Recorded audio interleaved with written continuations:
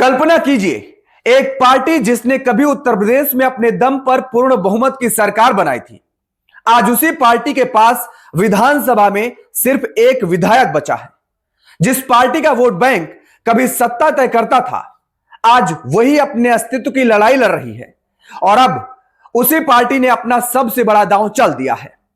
2 साल पहले जिस नेता को चुनाव के बीच में मंच से हटा दिया गया था, वही नेता अब पूरे उत्तर प्रदेश में पार्टी का चेहरा बनने जा रहा है। सवाल सिर्फ इतना नहीं कि आकाश आनंद लौट रहे हैं, असली सवाल यह है कि क्या यह वापसी बहुजन समाज पार्टी को भी वापस ला पाएगी? क्या मायावती ने आखिर मान लिया कि अब पुरानी राजनीति से काम नहीं चलेगा? क्या बीएसपी नई पीढ़ी के भरोसे 2027 का चुनाव लड़ने जा रही है? और अगर यह प्रयोग भी असफल हुआ तो क्या उत्तर प्रदेश की राजनीति से बीएसपी हमेशा के लिए हाशिए पर चली जाएगी? नमस्ते, मेरा नाम है योगेश पांडे। 10 अगस्त यह एक सामान्य तारीख नहीं होगी, बल्कि बीएसपी के लिए नई शुरुआत की तारीख हो सकती है, क्योंकि मायावती ने अपने भतीजे और पार्टी के राष्ट्रीय कोऑर्डिनेटर आकाश आनंद को फिर से चुनावी मैदान में उतारने का फैसला किया है। दरअसल हाथरस के सादाबाद से आकाश आनंद 2027 विधानसभा चुनाव अभियान की शुरुआत करेंगे। यानी यह सिर्फ एक जनसभा नहीं होगी, यह बीएसपी का शक्ति प्रदर्शन भी होगा और कार्यकर्ताओं के लिए संदेश भी कि पार्टी अब नए अंदाज में लड़ाई लड़ने जा रही है।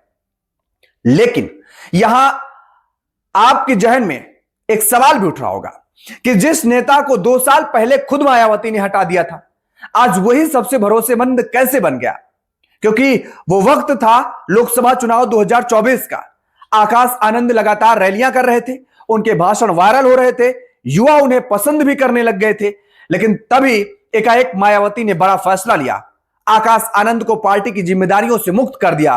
और उस समय बीएसपी ने कहा कि पार्टी अनुशासन और रणनीति सर्वोपरि है। लेकिन राजनीति में सवाल खत्म नहीं हुए। क्या उनकी आक्रामक शैली वजह बनी? क्या पार्टी को लगा कि विवाद चुनाव को प्रभावित कर सकता है, या फिर यह सिर्फ रणनीतिक फैसला था? इन सवालों के जवाब आज भी पूरी तरह साफ नहीं है। अब आते हैं सबसे अहम सवाल पर कि आखिर वापसी अभी क्यों? तो इसका जवाब चुनावी आंकड़ों में छिपा है। 2022 विधानसभा चुनाव में बीएसपी सिर्फ 1 सीट जीती। 2024 लोकसभा चुनाव में एक भी सीट बीएसपी नहीं जीत सकी। वोट शेयर में भी लगातार गिरावट देखने को मिला। यानी जो पार्टी कभी सत्ता की दूरी थी, अब अपने जनाधार को बचाने की जंग लड़ रही है। राजनीति के जानकारों का मानना है कि बीएसपी के पारंपरिक वोट बैंक का एक हिस्सा दूसरे दलों की ओर चला गया है।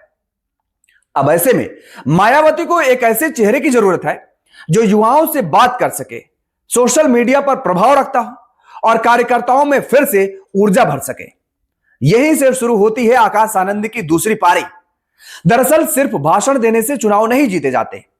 ऐसे में सवाल यह भी है, क्या बीएसपी का संगठन पहले जैसा मजबूत है? क्या बूथ स्तर पर कार्यकर्ता सक्रिय हैं? क्या दलित वोट बैंक पूरी तरह बीएसपी के साथ वापस आएगा? क्या युवा सिर्फ सोशल मीडिया देखकर वोट देगा?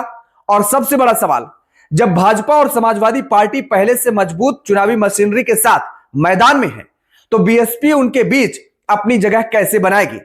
यानी आकाश आनंद के सामने चुनौती सिर्फ भाषण देने की नहीं है, बल्कि पूरी पार्टी में जान फूंकने की है। इस स्थिति को देखते हुए कई राजनीतिक जानकारों का मानना है कि 2027 का चुनाव मायावती के राजनीति भविष्य के लिए बेहद अहम होगा। अगर बीएसपी वापसी करती है तो एक बार फिर वह उत्तर प्रदेश की राजनीति में निर्णायक भूमिका निभा सकती है।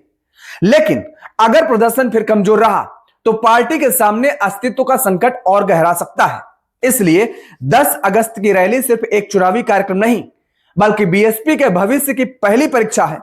अब फैसला जनता करेगी, क्या आकाश आनंद सिर्फ एक नया चेहरा साबित होंगे या फिर वही नेता बनेंगे जो बीएसपी को फिर से खड़ा कर सकें? आपकी राय क्या है? 2027 में बीएसपी वापसी कर सकती है क्या, या उत्तर प्रदेश की राजनीति अब पूरी तरह बदल चुकी है? कमेंट कर हमें अपनी राय जरूर बताएं। और हां, अगर वीडियो पसंद आया है तो लाइक शेयर जरूर करें और चैनल को सब्सक्राइब करना बिल्कुल ना भूलें।